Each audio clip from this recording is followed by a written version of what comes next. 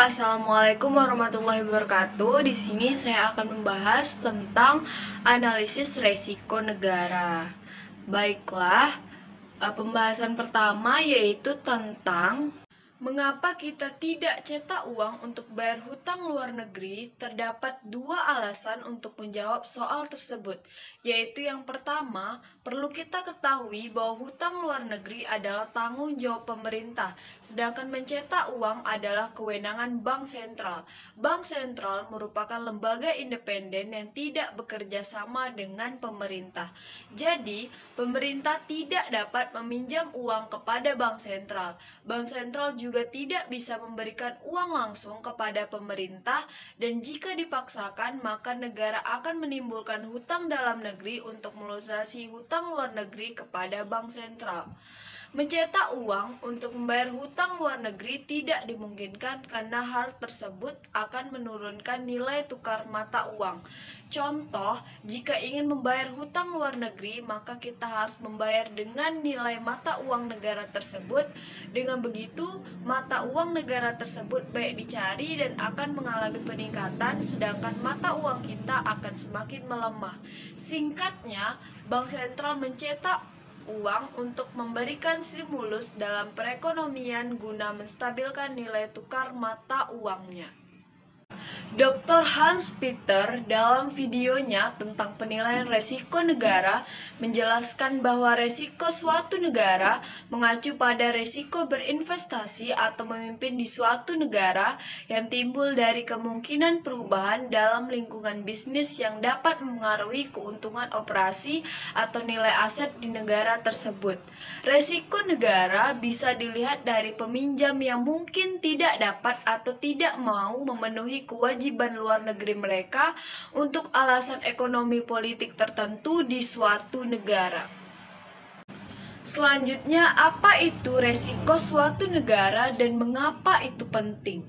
Adapun resiko negara ada tiga, yaitu yang pertama resiko ekonomi, kedua resiko politik, ketiga resiko pasar keuangan. Ketiga resiko tersebut saling berdampak dan mempengaruhi satu sama lain. Bidang resiko sebenarnya refleksif, dalam arti bahwa satu bidang resiko dapat mempengaruhi resiko yang lain.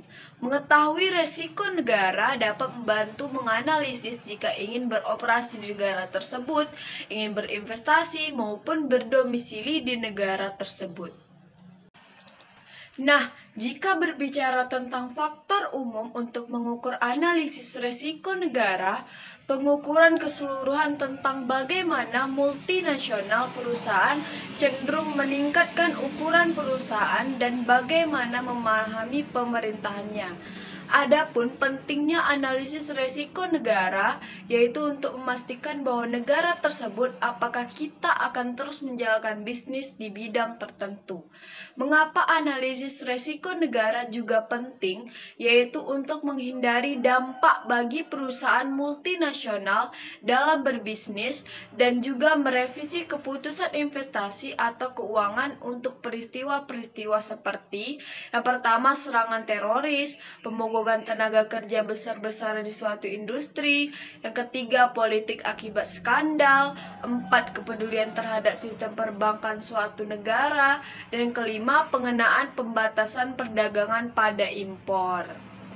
Adapun faktor resiko negara pada bidang politik adalah yang pertama, sikap konsumen di negara tersebut. Yang kedua, tindakan pemerintah di negara tersebut, pemblokiran transfer dana, ketidakterbukaan mata uang, perang, birokrasi yang tidak efisien.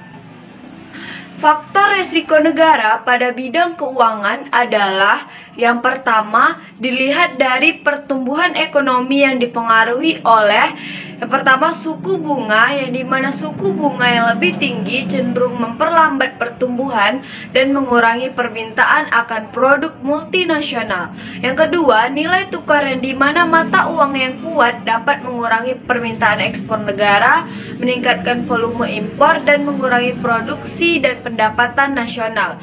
Inflasi dapat mengurangi daya beli konsumen dan permintaan mereka terhadap barang multinasional.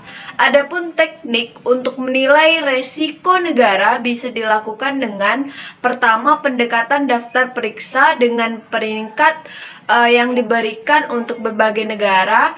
Teknik DLP, pengumpulan pendapatan independen tanpa diskusi kelompok. Yang ketiga, analisis kuantitatif, penggunaan model seperti analisis regresi. Yang keempat, kunjungan infeksi, yaitu pertemuan langsung dengan pejabat pemerintah, eksekutif bisnis, dan konsumen untuk memperjelas resiko. Dan yang kelima, teknik kombinasi. Mengukur resiko negara dapat dilakukan dengan yang pertama, variasi mode pengukuran negara. Yang kedua, bandingkan peringkat resiko antar negara menggunakan matrik resiko investasi asing.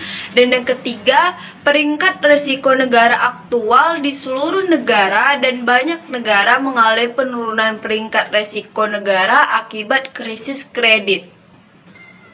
Adapun manajemen risiko negara yaitu dengan cara yang pertama, menganalisis situasi terkini di kawasan ini, identifikasi peristiwa risiko negara tertentu yang mungkin berdampak pada perusahaan, dan yang ketiga, tetapkan strategi untuk mengelola risiko. Adapun praktik untuk menilai resiko negara, terdapat 16 faktor resiko negara yang dapat dipertimbangkan dengan mekanisme kualitatif dan kuantitatif. Yang pertama, resiko praktek ekonomi, lingkungan investasi, dimensi keuangan, resiko dalam negara seperti bencana alam, tenaga kerja, dan lain-lain, pertumbuhan infrastruktur, dimensi budaya, geostrategis, pertemuan sosial, pemerintah yang stabil, resiko spesifik, fluktuasi mata uang, struktur hukum, resiko spesifik aset, penawaran wisatawan, operasional, dan juga keamanan. Baiklah, cukup sekian video dari saya. Semoga bermanfaat dan sampai jumpa.